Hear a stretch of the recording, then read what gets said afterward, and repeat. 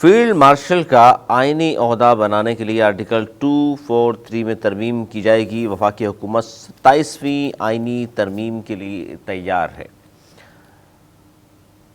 مجوزہ ترمیم میں آئینی عدالتوں کا معاملہ بھی شامل ہے۔ ایگزیکٹو کو مجسٹریل پاور کی ڈسٹرکٹ لیول پر ترسیل بھی مجوزہ ترمیم میں شامل ہوگی، یہ حکومت کی جانب سے کہا گیا۔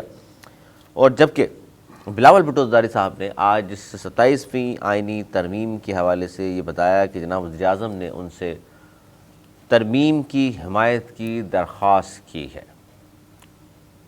میرے ساتھ موجود ہیں نوید زہیری صاحب، سینئر تجزیہ کار ہیں۔ دانش فر، بہت شکریہ سر۔ بالآخر جس بات کے بارے میں اتنے دن سے ہم تبصرہ کر رہے تھے، 27ویں ترمیم آ رہی ہے، 27ویں آ رہی ہے، بالآخر اس کے بارے میں پتہ چل ہی گیا، اور بلاول بھٹو زرداری صاحب نے یہ ماسٹر اسٹروک کہا جاتا کھیلا ہے۔ اب حکومت نے جا کے اس پہ تھوڑی سی بات چیت شروع کی ہے، ورنہ تو کل تک تو حکومتی رویہ یہ تھا، کسی وزیر سے پوچھ لیں وہ کہتا تھا یہ 27ویں ابھی تو کوئی بات ہی نہیں ہو رہی۔ بسم اللہ الرحمن الرحیم۔ ہاں ایسے تھا، حکومت ڈینائل میں تھی، اور حکومت کے علاوہ لگتا ہے ہر بڑے کو پتا تھا کہ 27ویں ترمیم آ رہی ہے، میڈیا کو پتا تھا، سب کو پتا تھا۔ اب ان کو پتا تھا کہ نہیں، لیکن وہ ڈینائل میں تھے۔ بلاول بھٹو نے ٹویٹ کر کے ایک طریقے سے جو بات پس پردہ تھی وہ مارکیٹ میں لے آئے، مطلب ایک ڈسکس کے لیے تمام عوام کی رائے اس میں آ جائے گی، تمام پولیٹیکل پارٹیز کی رائے آ جائے گی، میڈیا پہ تبصرے شروع ہو جائیں گے، اور ایک چیز جو کہ بیہائنڈ دا کرٹنس تھی اب وہ سامنے آ گئی۔ اور جتنا پریشر میرے خیال میں ان کا اس ٹویٹ کے بعد ریلیز ہوا ہوگا وہ وہی اور پیپلز پارٹی محسوس کر سکتی ہوگی، کیونکہ اس ٹویٹ سے پہلے آپ اندازہ لگا لیں کتنا پریشر ہوگا کہ اس پہ آپ کریں۔ اور اس کے بعد اچھا، لیکن اس میں سر تھوڑا سا اضافہ یہ بھی کریں ہم کہ بلاول بھٹو صاحب نے یہ فرمایا ہے، لکھا ہے بلکہ، کہ وزیر اعظم شہباز شریف کی سربراہی میں نون لیگ کے وفد نے صدر آصف علی زرداری اور مجھ سے ملاقات کی اور پیپلز پارٹی سے 27ویں ترمیم کی حمایت کی درخواست کی۔ ترمیم میں آئینی عدالت کا قیام، ایگزیکٹو مجسٹریٹس اور ججز کے تبادلے شامل ہیں، اور مزید بھی انہوں نے کہا کہ این ایف سی میں صوبائی حصے کا تحفظ ختم کرنا بھی 27ویں ترمیم میں شامل ہے۔ تجاویز میں آرٹیکل 243 میں ترمیم، تعلیم اور آبادی کی منصوبہ بندی، وفاق میں واپسی کی ترمیم بھی شامل ہوگی، اور 27ویں ترمیم میں ای سی پی کے تقرری پر ڈیڈ لاک توڑنا بھی شامل ہے، یعنی الیکشن کمیشن کی تقرری۔ اور انہوں نے یہ کہا کہ جی آصف علی زرداری صاحب، قطر واپسی پر پیپلز پارٹی کے سینٹرل ایگزیکٹو کمیٹی کا اجلاس ہوگا 6 نومبر کو، جس میں پارٹی پالیسی طے کی جائے گی۔ اصل بات سب سے آخر والی ہے، کیونکہ اپنے شولڈر سے پریشر ریلیز کرنے کے لیے بلاول صاحب نے اور آصف صاحب نے میرے خیال میں یہ سب کچھ سینٹرل ایگزیکٹو کمیٹی میں ڈال دیا، جیسے کہ یہ پیپلز پارٹی کرتی آئی ہے اور ہر پولیٹیکل پارٹی کرتی ہے کہ جب پریشر آتا ہے تو وہ کوئی چیز اگر حکومت میں ہوتی ہے تو اسمبلی میں لے جاتی ہے کہ بھئی یہ حکومت کیوں لے کے نہیں جاتی؟ یہ حکومت اسمبلی میں اس لیے لے کے نہیں جاتی کہ ان کو اجازت نہیں ہے۔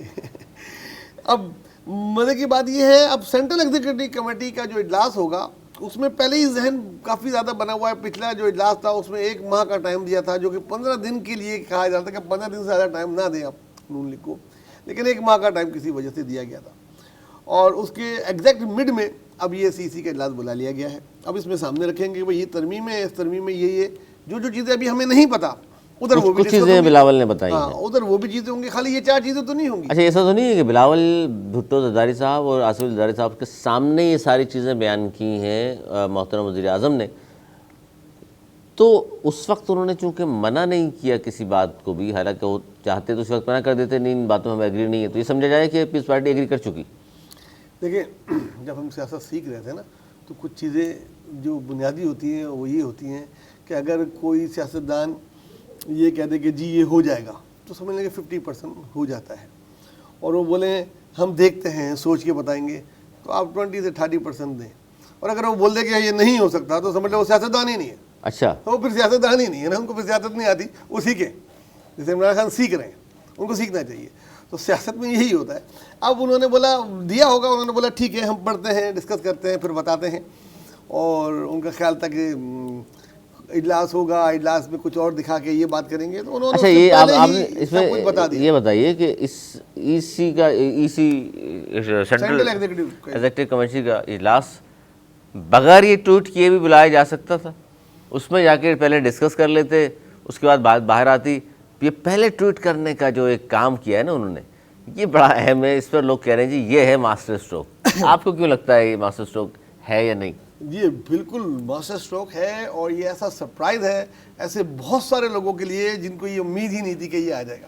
آج آپ نے حکومتی نمائندوں کا میڈیا میں تبصرہ سنا ہوگا جو کل تک کہہ رہے تھے اچھا کون ترمیم, یہ اب وہ گومگو کی کیفیت میں ہے کہ ہم کیا کہیں کیا نہیں کہیں.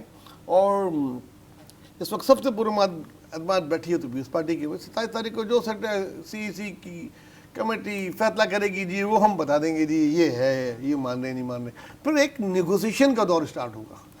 آپ کو لگتا ہے نظر اربانی جیسے جو لوگ ہیں وہ تو اس پر میرے خیال ایگری ہو جائیں گے؟ خالی نظر اربانی نہیں ہے, اس میں نظر اربانی, اعزاز حسن, اعزاز حسن ہے, اور اس میں قاہرہ ہے, اور سی کے بہت تقریباً ہر جو سینئر ممبر ہے پیپلز پارٹی کا اس میں وہ شامل ہے, اور ہر ایک کی اہمیت ہوتی ہے بات کی. تو وہ جب بات کریں گے سوائے یوسف رضا گیلانی صاحب کے. نہیں یوسف رضا گیلانی صاحب بھی سابق وزیر اعظم ہیں.